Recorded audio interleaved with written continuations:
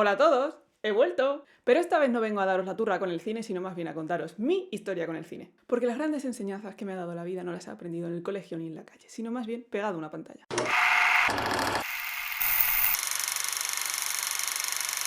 La primera película que vi en mi vida fue El Rey León. Para ser una adaptación de una obra del siglo XVII, la verdad es que la historia es bastante actual. El Rey León nos enseña que, ante un dictador, tirano y déspota, la única solución es... ¿la revolución? ¿La democracia? No. Un rey que se ha criado en el extranjero. No haré más comentarios al respecto. Después de las pelis de animalitos, pasé a las de mitad pez, mitad persona. Y es que la sirenita me tenía entusiasmada. Princesa por derecho propio y heredera del mayor reino del planeta, y la pánfila decide que se ha enamorado de un hombre con el que nunca ha hablado. El hecho de que Eric está a punto de morir ahogado por haberse emborrachado en un barco un día de tormenta ya debería haberle dado suficientes pistas a Ariel. Pero ella no se rinde así como así. Ella decide alquilar su voz a cambio de un par de piernas para conquistar a un príncipe que no la conoce. ¿Pero qué pasa? Que Eric, aparte de borracho, también es un poco picha brava. Y si Ariel no lo está en corto, se va con la primera pelandrusca que pasa. Así que ya sabéis, chicas, que vuestras responsabilidades monárquicas y vuestras dotes artísticas nos impidan echarlo todo a perder por el primer infeliz que conozcáis en una cara de Ibiza. De las pelis de princesas pistiformes pasé a las de cuerpo entero. De las que tienen la cintura más estrecha que el cerebro.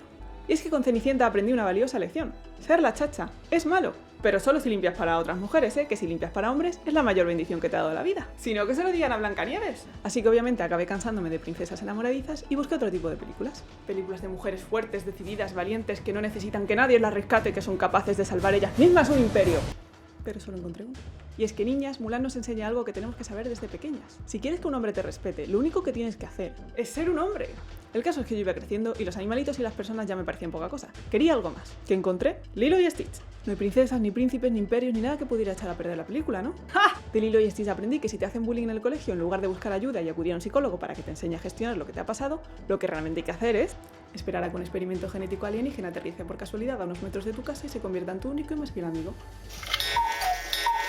Pero todo lo bueno pasa. Empecé a hacerme mayor y las películas de dibujos ya no eran suficiente para mí. Así que empecé a ver películas de personas de carne y hueso, con problemas reales, historias cercanas con las que pudiera sentirme identificada. Harry Potter, por supuesto. Aparte de las reglas del Quidditch y los ingredientes de la poción multijugos, la lección más valiosa que me llevé de esta película y que aún sigo apreciando en mi día a día es que no importa cuánto te esfuerces en la vida, porque al final siempre va a haber un enchufado que se lleve el premio. Y hasta aquí el vídeo de hoy. Si vosotros también habéis aprendido cómo no hay que ser en la vida gracias a las películas que veíais de pequeños, podéis dejar un comentario. Pero si lo que te he contado no te parece para tanto, pues tira para Ibiza antes de que empiece el buen tiempo, a ver si con suerte te pilla una buena tormenta y va una sirena a rescatarte. ¿O no? Nos vemos en mayo. Tenía que amortizar los 75 céntimos de las gafas y la pipa.